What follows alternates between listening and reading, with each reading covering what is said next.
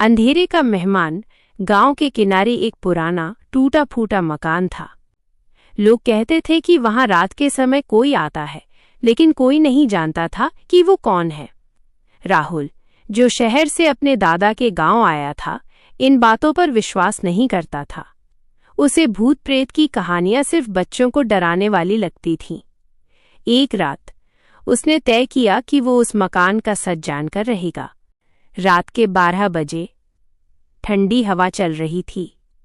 पेड़ों की सरसराहट सुनाई दे रही थी। राहुल टॉर्च लेकर उस पुराने मकान के पास पहुंचा।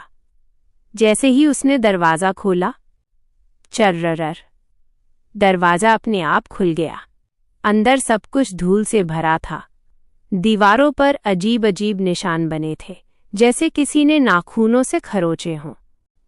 अचानक उसे पीछे से किसी के चलने की आवाज़ सुनाई दी।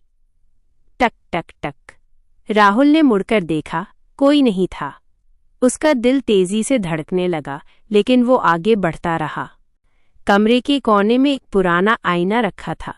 जैसे ही उसने उसमें देखा, उसका चेहरा नहीं दिखा, बल्कि एक बूढ़ा आदमी दिखाई दिया, जिसकी आंखें पूरी तरह काली थीं।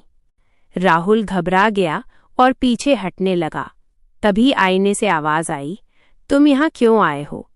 राहुल कांपते हुए बोला, मैं सच जानना चाहता हूँ। आईने में दिख रहा आदमी धीरे धीरे मुस्कुराने लगा। ये घर मेरा है, और जो भी यहाँ आता है वो कभी वापस नहीं जाता। अचानक कमरे का दरवाज़ा अपने आप बंद हो गया। धड़ाम। राहुल भागने की कोशिश करने लगा, लेकिन उसके पैर जैसे जमीन से चिपक गए थे। आईने वाला आदमी धीरे धीरे बाहर निकलने लगा। हाँ, आईने से बाहर। अब वो राहुल के सामने खड़ा था। उसकी ठंडी सांस राहुल के चेहरे पर महसूस हो रही थी। तुमने मुझे जगा दिया है। राहुल ने अपनी आंखें कसकर बंद कर लीं और जोर से चिल्लाया, मुझे जाने दो। अचानक सब कुछ शांत हो गया। जब उसने आंखें खोलीं, वो अपने बिस्तर पर था। सुबह हो चुकी थी। उसने सोचा, शायद ये सिर्फ एक सपना था। लेकिन तभी उसकी नज़र उसके हाथ पर गई।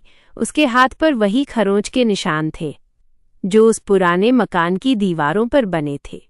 और तभी बाहर से आवाज़ आई, राहुल, फिर आओगे ना?